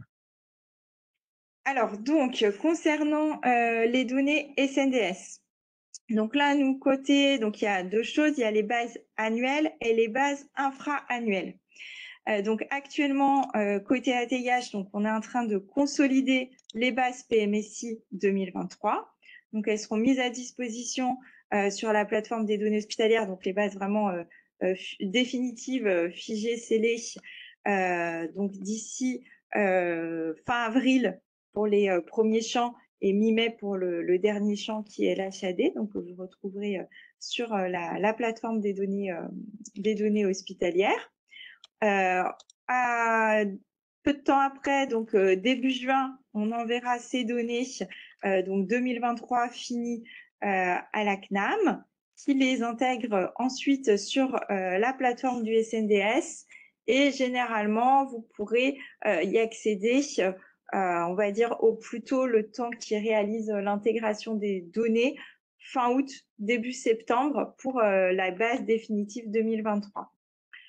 Concernant l'alimentation des données 2024, donc là, il y a deux choses. Il y a les bases PMSI infra-annuelles, donc là qu'on transmet donc tous les mois à la CNAM. Donc là, ils sont en train de mettre à jour les nouveaux formats pour le PMSI 2024. Et donc, à partir du mois de juin, généralement juillet au plus tard, les bases PMSI infra 2024 sont mises à jour tous les mois. Donc c'est vrai que la mise à jour n'est pas, nous on envoie une fois par mois les bases en infra-annuel à la CNAM qui les met à disposition sur le SNDS, alors que sur la plateforme des données hospitalières, vous avez un rafraîchissement qui est hebdomadaire. Vous avez tous les lundis matins les données qui sont mises à jour. Et puis par contre, nous avions mis en place, donc c'était pendant la période de la crise sanitaire liée au Covid, ce qu'on avait appelé des transmissions accélérées établissements. Et donc, on a maintenu le dispositif. Donc, il y a une remontée parallèle qui se fait donc avec un format un peu plus simplifié et qui permet d'avoir des premières données beaucoup plus rapides. Et donc, la CNAM donc, les met toujours à disposition dans le SNDS. Et donc là, les données TAE qu'on appelle donc toujours transmission accélérée établissement pour 2024 seront mises à disposition dès le mois prochain dans l'environnement de la CNAM. Concernant donc les bases PMSI 2023, donc là elles sont en cours de fin de remontée. Donc là on travaille actuellement encore avec les ORU et les concentrateurs pour récupérer les données RPU 2023. Donc il y a un travail assez lourd qui s'effectue actuellement pour récupérer le maximum de données RPU 2023 de façon à avoir une bonne qualité et une bonne exhaustivité des données. Et pour les bases RPU mises à disposition sur la plateforme des données hospitalières, donc 2023, on sera plutôt sur un calendrier qui s'étalera entre soit fin mai, soit mi-juin 2023 ou plus tôt.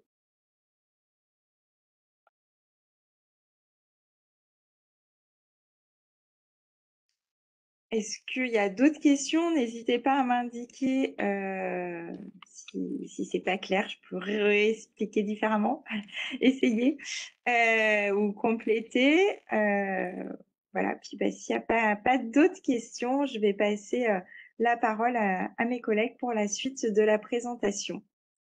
Merci pour votre attention. Et n'hésitez pas à poser des questions dans le chat, hein, parce que comme on ne peut pas vous donner la parole oralement, parce que ce serait trop compliqué à gérer, n'hésitez pas à utiliser le chat.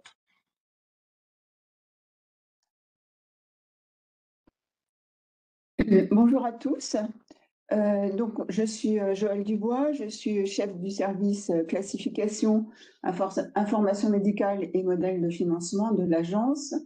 Et je vais vous partager la suite des diapos sur le sujet de la qualité des travaux que nous réalisons dans ce domaine. Est-ce que vous voyez la présentation ?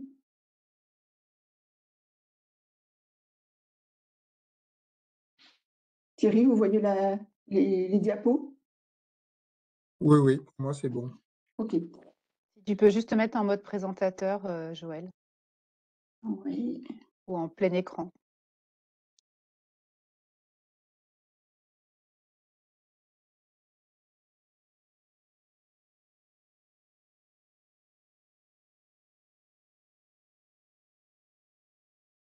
Excusez-moi.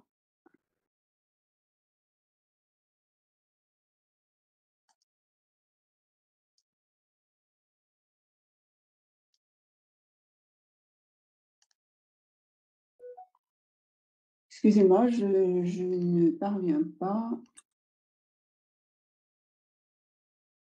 Dans Diaporama, dans l'onglet Diaporama.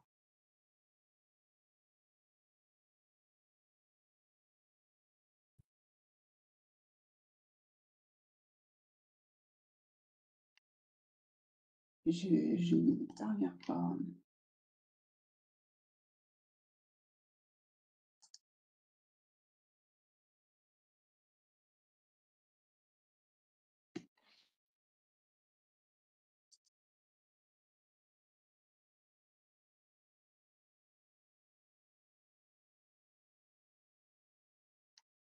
Bon, je vous prie de m'excuser.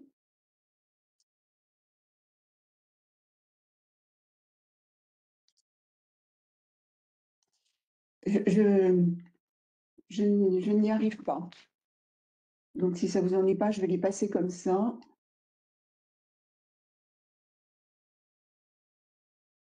Alors, sur ce sujet de la qualité, quelques mots d'introduction pour indiquer qu'à l'agence, on a un historique ancien de travaux sur ce sujet en tant qu'opérateur technique, notamment pour la mise en œuvre des orientations stratégiques du ministère et historiquement au titre de la collaboration avec des institutions, les institutions et notamment l'institution chargée de la qualité qui est la Haute Autorité, mais également l'INCa.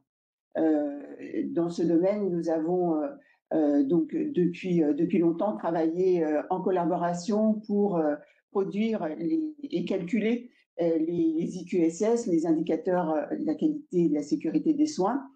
Et sur côté HAS, pardon, nous avons procédé à l'outillage technique sur les sujets LOTAS, CALAS et ISATIS. Bon, désormais, ces outils, notamment LOTAS, CALAS, sont remplacés par l'outil ALICE. Mais voilà, on est dans la poursuite des travaux et d'outillage technique sur ce sujet. Depuis 2019 et depuis donc l'époque de la stratégie de santé, on a eu une accentuation de la sollicitation pour le développement de ces indicateurs qualité à visée notamment de financement.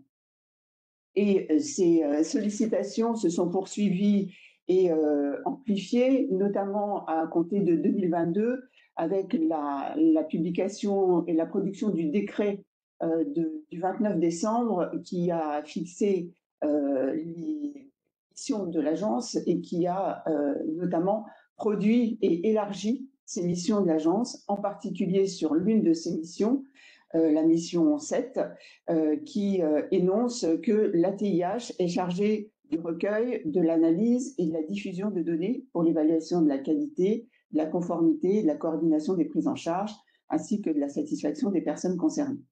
Donc, à compter donc de cette publication et de cette mission attribuée à l'ATIH, on a donc une légitimité nouvelle sur ce volet de la qualité, qui met donc un volet nouveau dans le panier de l'agence, puisque, encore une fois, jusqu'à présent, on traitait ce volet sous l'angle de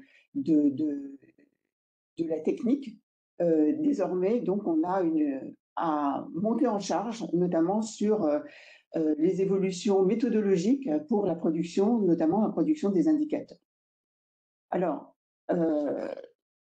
ces indicateurs, les travaux que l'on mène pour produire ces indicateurs sont menés à partir donc des bases de données médico-administratives, donc à partir des données PMSI notamment. Et nous avons actuellement deux types d'indicateurs en cours. Les indicateurs que nous avons qualifiés d'indicateurs pour l'amélioration des prises en charge, indicateurs dits IAP, qui sont produits donc dans différentes destinations, mais notamment dans l'optique d'une intégration potentielle au dispositif IFAC. Donc, nous sommes chargés du développement, de la production et de la restitution de ces indicateurs. Et pour les identifier et sélectionner ces indicateurs, nous travaillons en lien avec les partenaires institutionnels que sont donc la DGOS et la HAS, et en lien avec les professionnels et notamment la Fédération des spécialités médicales. Alors, sur ce volet des indicateurs d'amélioration des prises en charge, nous avons 2 indicateurs opérationnels sur le champ de la psychiatrie, en particulier donc l'indicateur de mesure des hospitalisations de longue durée qui a été intégré au dispositif IFAC en 2022. Et nous avons toujours sur le champ de la psychiatrie un indicateur de taux de suivi à 15 jours après prise en charge à temps complet, dont l'intégration à IFAC est envisagée pour 2024 ou 2025. Par ailleurs, donc, nous avons dans notre panier 6 indicateurs en cours de développement pour les autres champs. Pour le MCO, un indicateur de mesure du développement de l'activité en ambulatoire, un indicateur de consommation annuelle d'antibiotiques. Pour le SMR, excusez-moi, on n'a pas mis à jour le sigle, SMR, donc un indicateur sur les chutes graves et des infections nosocomiales à Clostridium. Et enfin, pour l'HAD, des indicateurs concernant les taux de transfert et mutation en MCO ou tout taux de transfert et mutation en MCO de séjour HAD de soins palliatifs avec décès précoce. Voilà donc pour cette première partie des indicateurs pour l'amélioration de prise en charge. Donc ces indicateurs que je viens de citer sont des indicateurs qui étaient en cours de traitement avant donc l'attribution de la mission de 2022. Donc, on est dans une suite de processus par rapport à cela, mais bien évidemment, on a l'ambition de produire de nouveaux indicateurs en ayant recours au processus, à un processus particulier qui reproduit donc les étapes qui sont décrites ici, l'identification et la sélection des indicateurs avant le développement, la production et la restitution.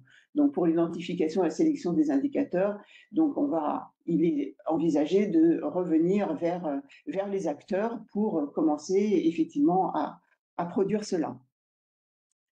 Un autre type d'indicateurs que nous réalisons sont les indicateurs de vigilance en chirurgie qui ont été produits dans une optique de suivi de l'activité par les établissements et les ARS en ce qui concerne donc les spécialités chirurgicales concernées par le décret de réforme des autorisations en chirurgie.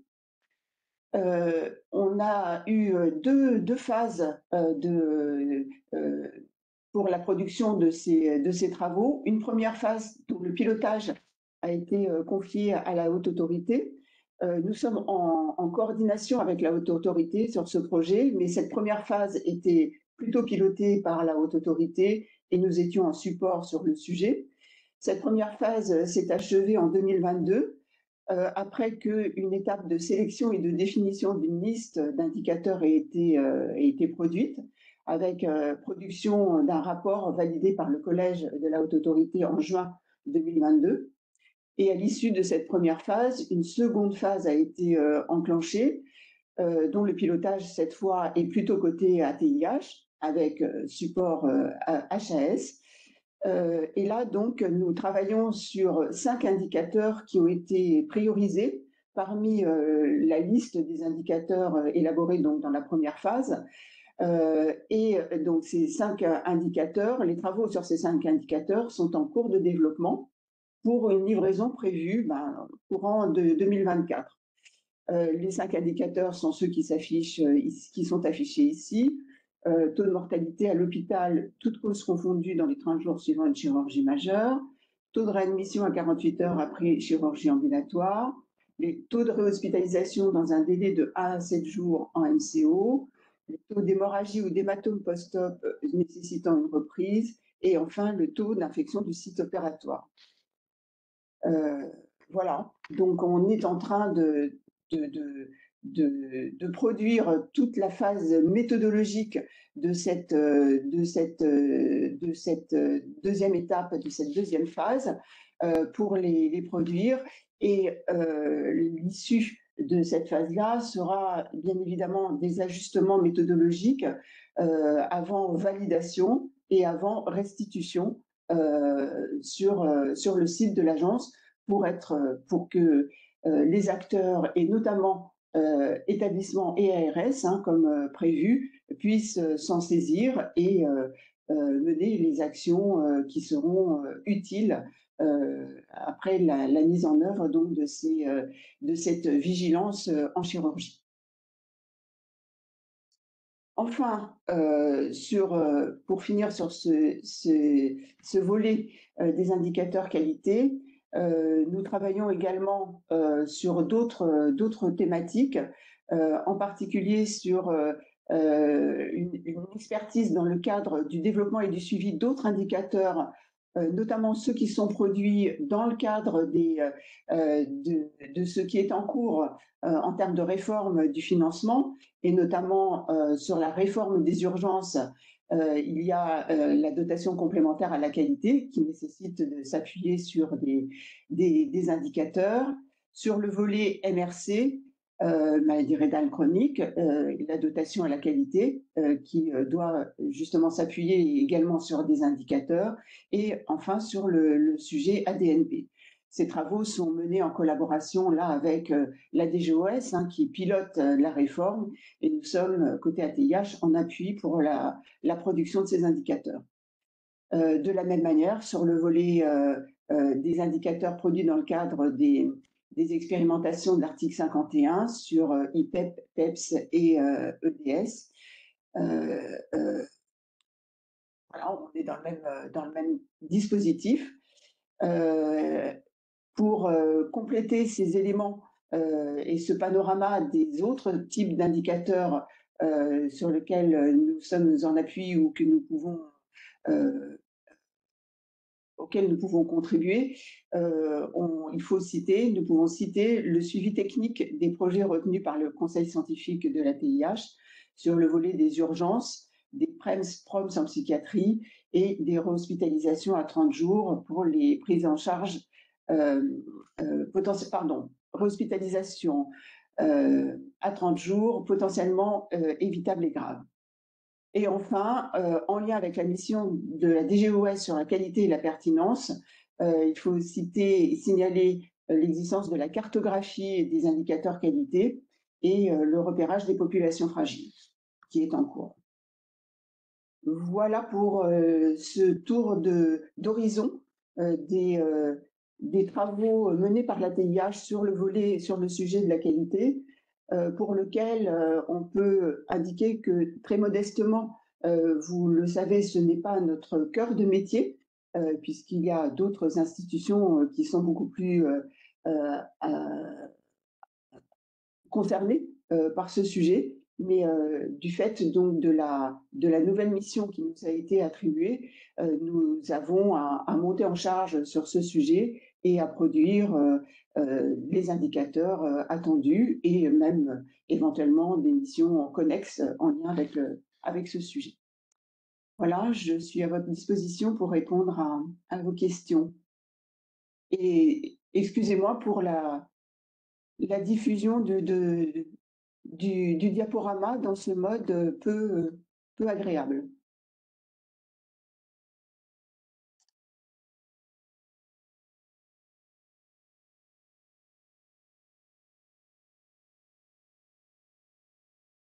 Alors, je regarde s'il y a des questions dans le chat. Je n'en vois pas.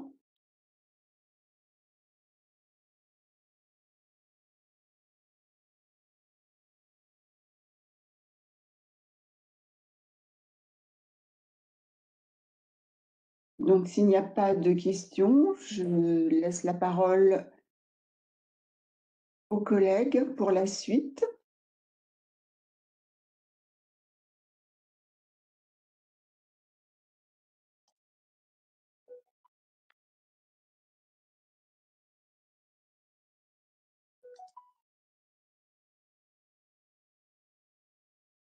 Qui prend la suite?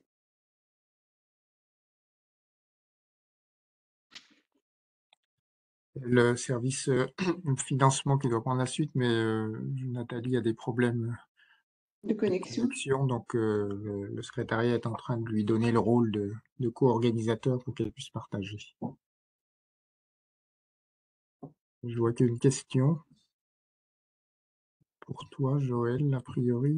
C'est la création des indicateurs que vous présentez. Eh bien, nous travaillons à la mise en place de restitution et justement sur le site de l'agence. Donc, ce sera probablement réalisé dans le courant de l'année.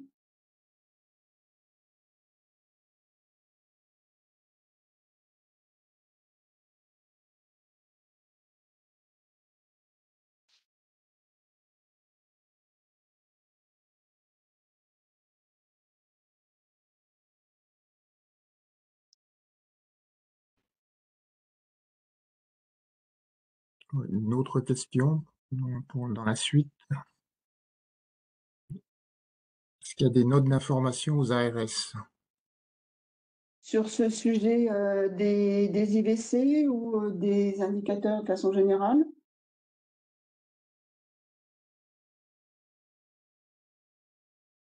Indicateurs de façon générale. Pour l'instant, ce n'est pas prévu. Enfin, pas prévu en tant que tel. En revanche, lorsque ces indicateurs se raccrochent, comme évoqué dans la dernière DAPO, à des dispositifs plus globaux, notamment dans le cadre des réformes, c'est par l'intermédiaire des informations qui sont diffusées sur ces sujets, soit par les notices, soit par les instructions, lorsque effectivement sur le volet financement, ce sont des instructions des GOS. Enfin, voilà, c'est de cette manière que peuvent se faire les relais.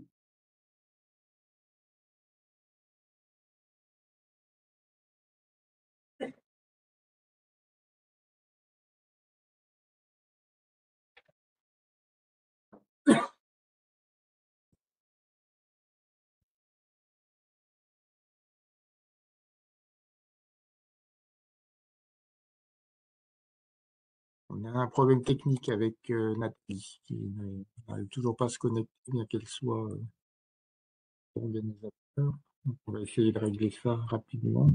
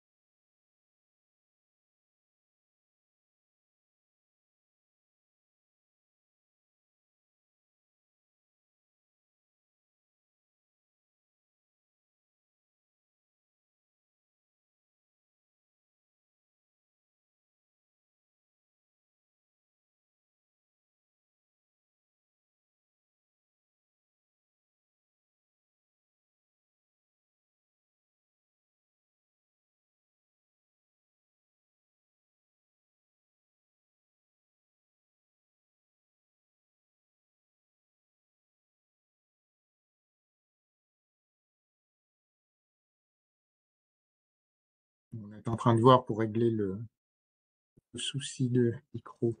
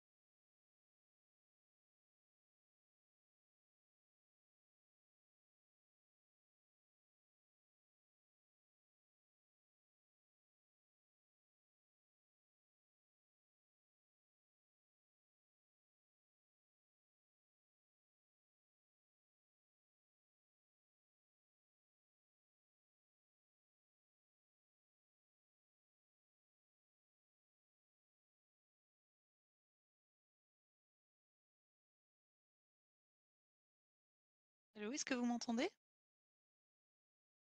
Oui, c'est bon, Nathalie. Ah super. Par contre, je pense pas pouvoir, projeter, j'ai pas les Je vais, c'est je vais autorisé projeter, le partage. je vais OK, projeter, tu me diras diapo super, suivante. merci. Merci beaucoup.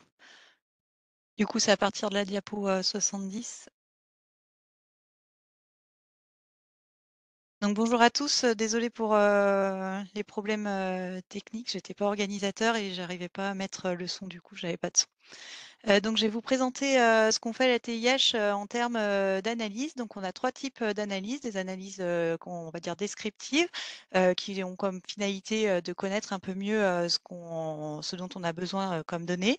Des analyses qui vont plutôt être, prospectives et enfin des analyses avec des méthodes d'analyse particulières sur, des sujets, bien, ciblés.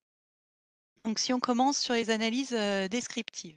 Donc ces analyses, pour avoir plus de connaissances, on va déjà faire des analyses sur l'activité, hospitalière. Donc ces analyses sont faites dans le cadre d'analyses récurrentes, en infra-annuel, chaque mois à partir, de la période janvier à juin et on fait des analyses un peu plus poussées encore, en annuel, et en essayant d'avoir, un historique pour avoir une vision pluriannuelle. La situation ça nous permet d'avoir la situation de l'activité hospitalière, pour chacun des champs, d'activité. C'est à destination, de la DGOS. C'est mis à disposition chaque mois à partir du mois de juin et ces présentations font aussi l'objet de présentations aux fédérations hospitalières, dans le cadre des copiles de financement ou du CEHPP qui est le comité économique, de l'hospitalisation publique et privée. Ensuite, les synthèses, annuelles, pour, chacun des champs, MCO, HAD, SMR et psychiatrie à destination, du grand public et qui sont plus faciles, d'accès sont disponibles sur notre site, internet. On les fait, chaque année. On fait également des analyses, sur des populations, spécifiques, où c'est un thème, spécifique. Donc sur les populations spécifiques, c'est les AMESU. On le fait aussi par exemple sur, les médicaments et DMI. Donc ça, c'est plus à destination, de la DSS. Et enfin, on fait, des analyses régionales annuelles de l'activité qui sont réalisées, en lien avec vous, chaque année, même si depuis la crise, ces analyses, ont été un peu, stoppées. Sur l'activité, hospitalière, on répond aussi, à des demandes sur, l'actualité, que ce soit pour la DGOS, les fédérations hospitalières, les ARS, les établissements ou, les corps de contrôle. Par exemple, on vous a mis, qu'on avait analysé les prises en charge, hospitalières liées au Covid-19, en MCO. On a aussi, regardé les activités des services de réanimation et de soins, critiques, dans la pédiatrie. On a fait des analyses sur, la pédiatrie qui a été, beaucoup mouvementée, depuis, la crise sanitaire. On a fait, des études sur, les parcours de soins, on va revenir dessus. On a également fait, des études pour essayer de décomposer l'évolution, de l'activité, hospitalière et enfin, on fait aussi des études sur, des comparaisons de l'activité, qu'on a observées, durant la crise et celles qui auraient pu, être attendues s'il n'y avait pas eu, la crise, sanitaire. Si, maintenant on regarde la situation, financière, des établissements, là aussi on fait, des études, pour, la DGOS. Donc on va réaliser, des analyses, annuelles qui sont des analyses sur les rapports infra-annuels, les RIA2 et qui sont partagées avec la DGOS. Donc ça nous permet d'avoir des premières tendances de l'atterrissage des établissements de santé et de l'évolution de leur situation, financière. On va aussi analyser la situation financière qui va être, elle, issue, des comptes financiers. Ça nous permet d'examiner l'équilibre financier, l'investissement et l'endettement. Ces analyses sont présentées là aussi dans le cadre, du CEHPP, donc c'est à destination des fédérations hospitalières et ça donne lieu à la production d'une note qui est diffusée, sur le site de l'agence. On a également des analyses qui sont plus spécifiques selon les besoins conjoncturels, qui peuvent être à l'initiative de l'agence, comme par exemple les analyses de l'évolution de la masse salariale des établissements entre 2019 et 2021. Et on peut aussi en faire à la demande de la DGOS, comme par exemple identifier les établissements en difficulté en 2022.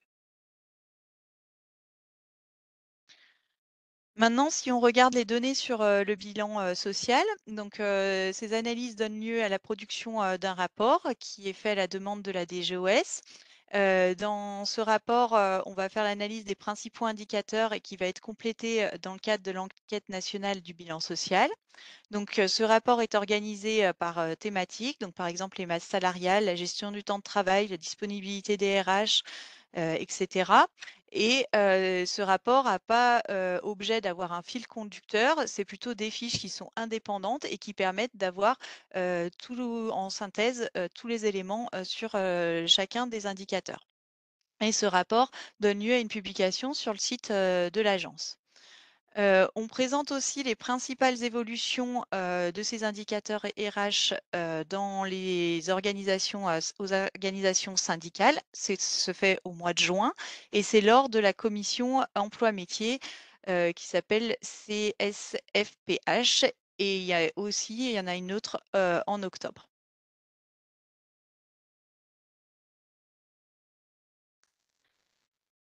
Si on regarde maintenant les données de l'Atlas SIH, donc ça donne lieu à la production d'un rapport, également à la demande de la DGOS, et ça permet de suivre les dépenses, les ressources et les moyens humains qui sont consacrés au système d'information hospitalier. Ces données sont issues de l'enquête de charges et de ressources de l'onglet SIH du RTC, et ça donne lieu à la publication de l'Atlas des systèmes d'information hospitaliers. On a également la production d'un rapport à la demande de la DGOS sur la maturité et l'usage des systèmes d'information hospitaliers déployés dans les établissements via l'analyse des indicateurs Open. Ces données sont issues de la plateforme de collecte OSIS et ça donne lieu à la publication d'un atlas sur les systèmes d'information hospitaliers.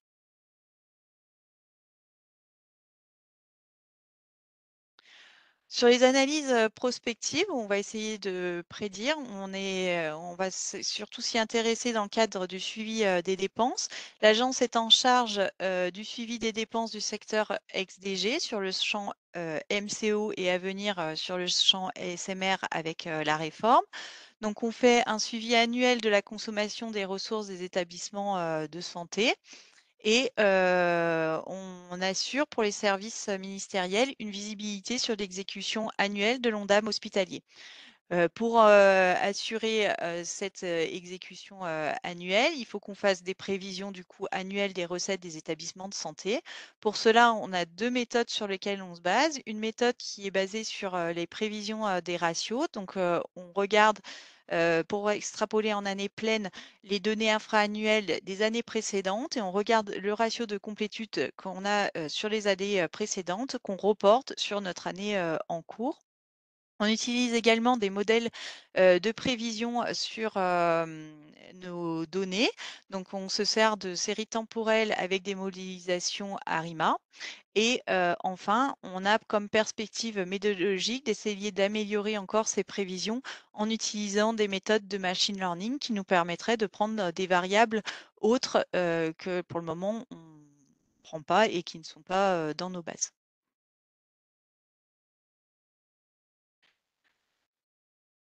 Dans le cadre de ces prévisions, donc là on est annuellement, mais on a également des projections d'activité à plus ou moins long terme. Donc le contexte et l'objectif, c'est une saisine de la DGOS et de la DSS pour essayer d'élaborer des modèles pour prévoir des évolutions d'activité à moyen et court terme. C'est dans le cadre de pouvoir améliorer des outils de pilotage et de suivi des établissements de santé pour avoir une gestion pluriannuelle, ce qui permettrait d'assurer aux établissements de santé une visibilité pluriannuelle sur l'évolution de leurs ressources. Pour cela, on a eu une démarche en 2 temps. Donc, on va s'appuyer sur l'historique d'avant-crise pour réaliser une analyse tendancielle et identifier les déterminants de la tendance sans prendre en compte la crise sanitaire. Dans un deuxième temps, on va essayer d'intégrer la période de la crise sanitaire pour pouvoir analyser l'impact de cette dernière et pouvoir la prendre en compte dans nos prévisions. Pour cela, on se base sur des méthodes de séries temporelles. Donc, on utilise des régressions linéaires, mais aussi des modèles SARIMA. On se base sur le volume économique et sur des taux de recours par habitant. Et on a différentes granualités de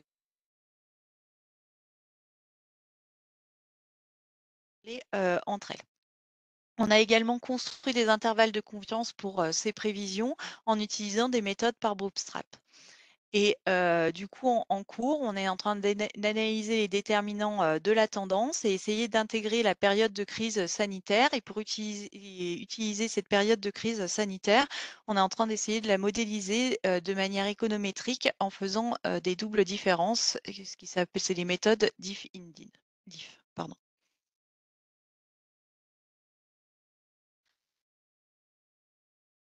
Donc ensuite, on utilise des méthodes qui peuvent être plus pertinentes pour certains types d'analyses. Donc là, on vous a répertorié d'autres types de méthodes qu'on utilise en essayant de vous donner des exemples sur lesquels on a pu les mettre en œuvre.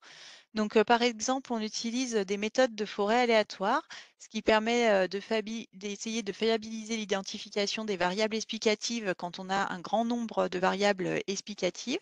Donc, par exemple, on s'est servi de ces méthodes pour expliquer la variabilité du coût de prise en charge des établissements du champ médico-social pour essayer de trouver les variables qui l'expliquaient. On s'en est également servi pour expliquer les différences de parcours de soins possibles dans le cadre de l'expérimentation épisode de soins. On utilise des méthodes de la descente du gradient afin d'optimiser les classifications. Donc là, c'est plus sur la partie classification des GHM, par exemple, qu'on peut utiliser. Donc, c'est un algorithme d'optimisation qui permet d'optimiser la construction classification. Ensuite, on utilise des analyses de séquences et de clustering quand on veut analyser, par exemple, des parcours de soins. Donc, on l'a utilisé pour analyser les parcours des patients âgés de plus de 80 ans et plus. Et puis, pour également dans les parcours de soins dans le cadre de l'expérimentation article 51 sur 3 pathologies qui étaient ciblées. Et on peut également utiliser des réseaux.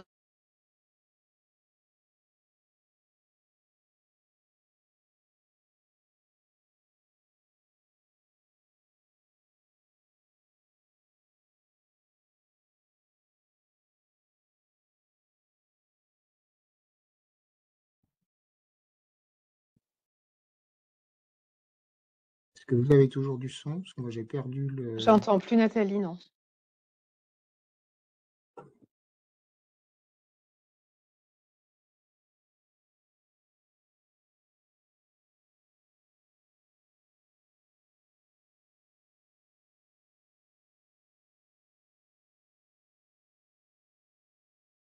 Je ne sais pas si elle nous entend.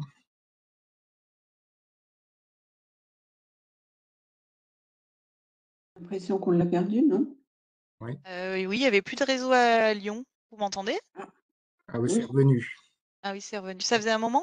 Ça a coupé à Ça quel fait moment? une petite minute. Est-ce que la slide était finie ou il faut que je refasse cette slide?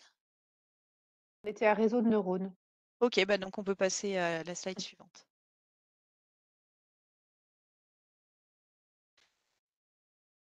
Du coup, sur les parcours de soins, donc on a l'analyse des parcours de soins en utilisant les analyses de séquences. Donc, on a utilisé ces analyses de séquences dans le cadre des parcours hospitaliers des patients âgés de 80 ans et plus, et aussi dans l'analyse des parcours des 3 cohortes prothèse de genou totale, prothèse de hanche totale et cancer du côlon, dans le cadre de l'épisode de soins, dans le cadre de l'article 51. Donc là, on utilise 4 types de méthodes. Donc, on utilise en premier lieu les chronogrammes. Ces chronogrammes permettent de représenter graphiquement la proportion de patients dans chacune des prises en charge quotidiennes du patient durant son parcours. On peut également utiliser des tarpis de parcours individuels qui permettent de visualiser la dimension individuelle des parcours. Pour ensuite, une fois qu'on a fait ces 2 méthodes qui permettent d'avoir une vision descriptive, on va pouvoir faire des classifications de parcours ou des méthodes d'analyse séquentielle qui sont plus précisément appelées méthodes d'optimal matching. Donc, ces méthodes consistent à mesurer la dissemblance entre chaque paire de séquences de la population étudiée, puis à construire à partir de ces dissemblances des groupes de séquences qui sont similaires. La typologie de séquence ainsi obtenue correspond à celle des parcours de soins. On peut également utiliser, comme je l'ai dit tout à l'heure, des forêts aléatoires qui permettent de déterminer les variables explicatives des parcours en réalisant un nombre conséquent d'arbres décisionnels classiques et qui nous permettent de déterminer à la fin un sous-ensemble intéressant pour déterminer les variables explicatives qui nous semblent les plus pertinentes.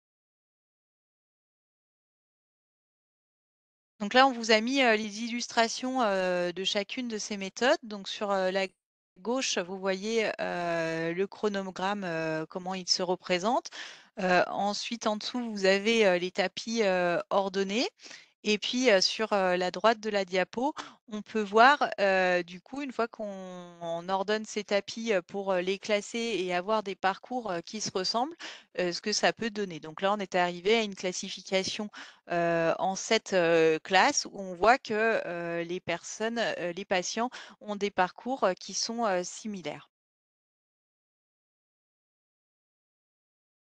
Passer à la diapo. Voilà, là, on vous a mis un exemple de forêt aléatoire qu'on a utilisé dans le cadre de l'article 51 pour voir les variables explicatives des parcours de chirurgie pour prothèse totale de genou. Donc là, ça permet d'avoir, en faisant un grand nombre d'arbres, d'arriver à visualiser quelles sont les variables qui ressortent à chaque fois et qui du coup sont le plus pertinentes ensuite à prendre en compte si on veut faire des modélisations sur ces parcours.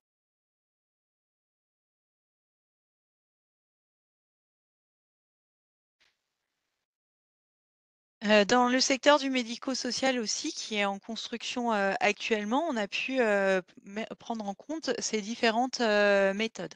Donc, ces modalités de financement forfaitaires sont faites à partir des données de coût des SIAD et sur les données PH, donc personnes handicapées. Et donc pour ces 2 nouveaux financements, des techniques de forêt aléatoires ont pu être mises en œuvre pour fiabiliser l'identification des variables explicatives de la variable de coût des prises en charge. Et on a également pu mettre en œuvre des arbres de décision, classification descendante hiérarchique, pour pouvoir déterminer les caractéristiques des forfaits en fonction des variables les plus influentes.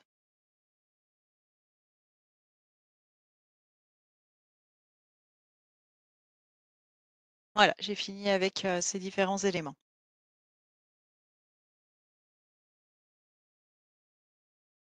Je ne sais pas si vous avez des questions?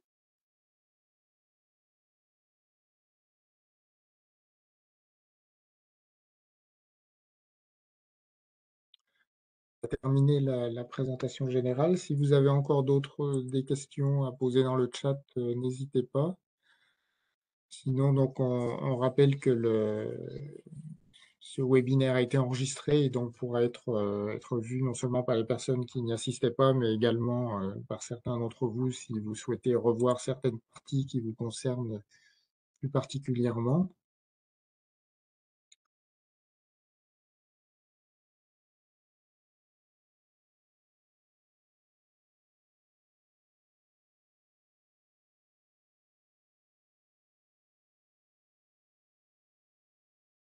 Si vous n'avez pas de questions complémentaires, on peut vous libérer et vous remercier d'avoir participé à cette présentation. Si vous souhaitez voir certaines choses approfondies dans un cadre ultérieur pour un futur webinaire, n'hésitez pas à nous en informer par mail, hein, via vos correspondants habituels, pour ceux qui ont déjà des contacts à la TIH.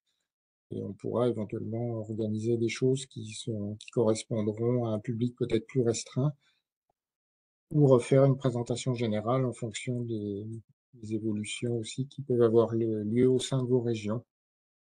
Donc, on vous remercie pour votre participation et on vous souhaite une très bonne semaine. Merci beaucoup. Bonne journée.